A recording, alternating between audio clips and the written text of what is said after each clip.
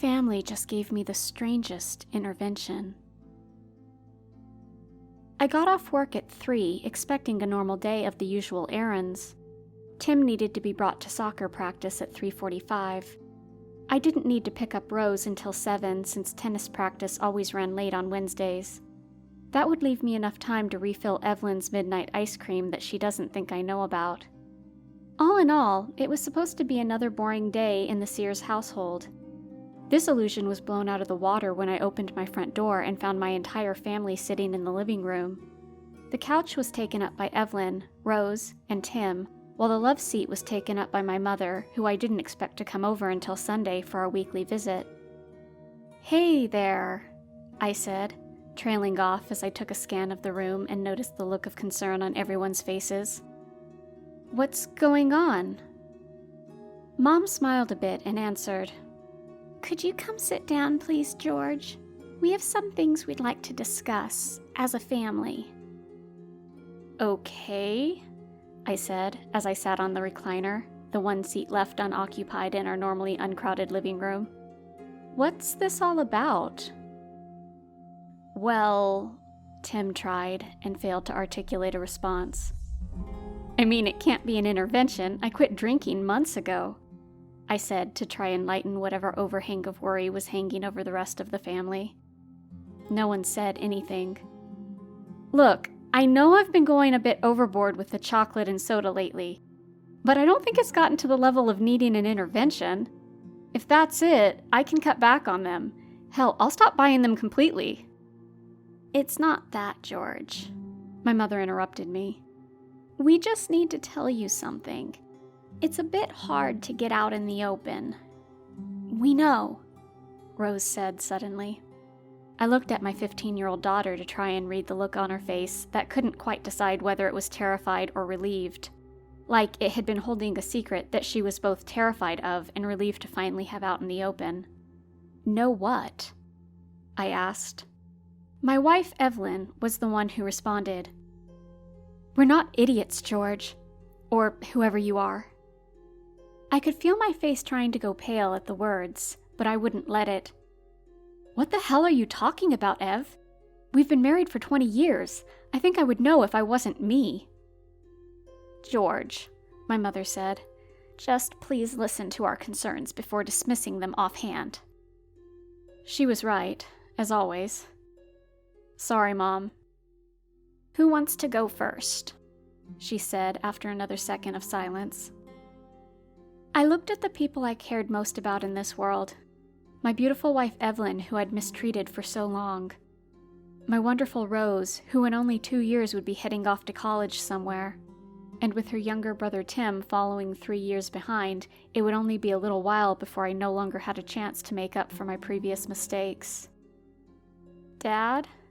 Tim was the first to break the silence. "How long have I been playing soccer?" Easy enough question to answer, I thought at the time. "You've been playing for 2 years. What kind of—" "I've been playing since I was 8. "What?" I asked.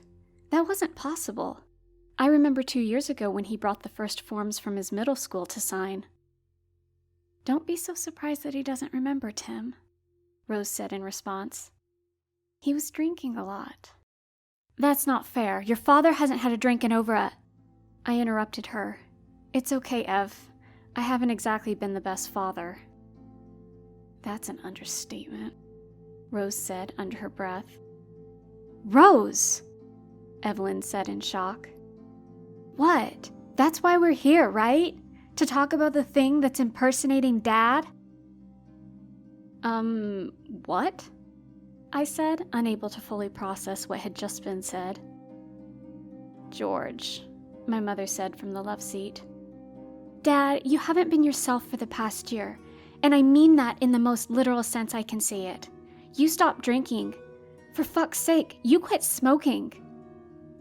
"Of course I did. I was smoking 2 packs a day. I felt like shit most of the time because I was hungover. I just wanted a change." "And we can understand that," Mom said. "But it's not just that." I looked at all of them again. Could they really think I was a completely different person because I wanted to better myself? Was I really that terrible of a person? You've never been to a single soccer game, never been to one of Rose's tennis matches. I went to one last week, I corrected. Until last year, Evelyn continued. When you started going to every single game, you went from not caring at all to suddenly acting like you actually loved your family. That's not true. While it was true that I hadn't been that attentive as a father until, as she said, a year ago, I do remember going to a couple of games over the years, even if I was buzzed for most of them. It is, Evelyn said in response. The look on her face told me that it wouldn't be a good time to argue the finer details about the times I still only had fuzzy memories of. George, how much do you remember about your father? My mom asked. Of course he would be brought up in this conversation. Too much, unfortunately.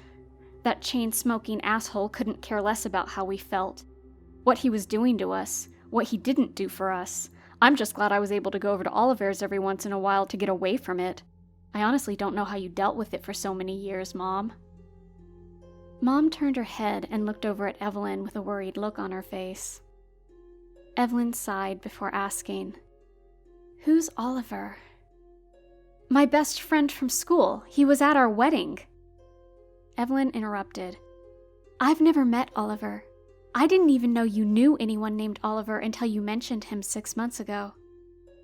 That's not possible. I've known him since elementary school. Mom, you remember Oliver, right? My mother looked at me with a sad face and shook her head. I wished you had such a good friend when you were growing up. You probably would have ended up a better person. More like the person you are. I know I was drinking a lot, but I didn't make up my best friend. If you remember him, why don't you call him? Rose asked. You know what? I will. Then we can put this ridiculous thing to bed right now. I pulled out my phone and went to my contacts list. Oliver's phone number wasn't in there. That's weird. I scrolled through the contact list again, to be sure it wasn't there. It wasn't. Good thing he hasn't changed his number since high school. I dialed the number I dialed a million times in the middle of the night to get away from my father's yelling and wall punching. A number that had never failed to answer my midnight pleas for help. A number I hadn't called enough in the past couple of years. Hello? A woman's voice answered. I didn't know how to respond immediately. I took a second and composed myself. Is Oliver there? It's George. The voice on the other end didn't answer. Hello? I said. I'm sorry, there's no Oliver here. I think you have the wrong number. Before I could respond, I heard the beep of the phone hanging up. That's weird. He must have changed his number since I last called him. You don't have to keep pretending, Dad, Tim said suddenly. George, it's not just Oliver. It's everything about you. The little things you notice about a person you've been married to for 20 years. The little tics and quirks you get used to. The little bits of drool while you sleep. The slight turn of your head when you grab a can of soda before you drink it. It's everything. All of the little things are all wrong. I thought I was going crazy until Tim came to me a month ago and expressed the same things. I turned my head to look at my son. You've only interrupted Mom once this whole time. You never would have done that before. I looked at Evelyn, who gave me a weak smile, confirming what our son had just said. So what are you saying? That I'm not your husband? That I'm not the man who's been married to you for 20 years? That I'm not the father of our children? Is this an intervention because I've stopped being an asshole? My mom sighed. There's one more thing. She leaned forward and grabbed a piece of paper that had been on the coffee table and handed it to me. I took the proffered paper and took a look at it. The results from my physical last month? I read the paper more closely. My cholesterol was a little bit high, but otherwise it seemed normal. What's this got to do with anything? How tall does it say you are? Evelyn asked. I took a look at the paper. 6'3".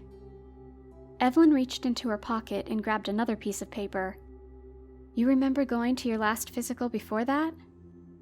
I thought for a second. I think so. She handed me the folded paper and I took a look at it. The same letterhead from the same doctor's office as the first. Same layout of medical jargon with numbers that showed high cholesterol. One of the few differences on this paper was bright as day considering the question that had just been asked of me just a second before. The paper had my height as 6'1".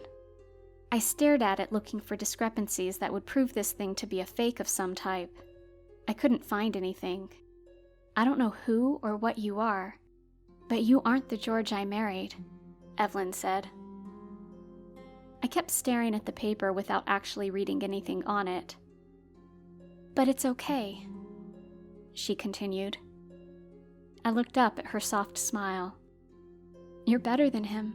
You're a better father, a more attentive and supportive husband. You actually talked to your mother. I looked over at Mom.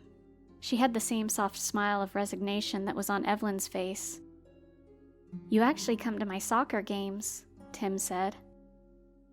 And my tennis matches, Rose said.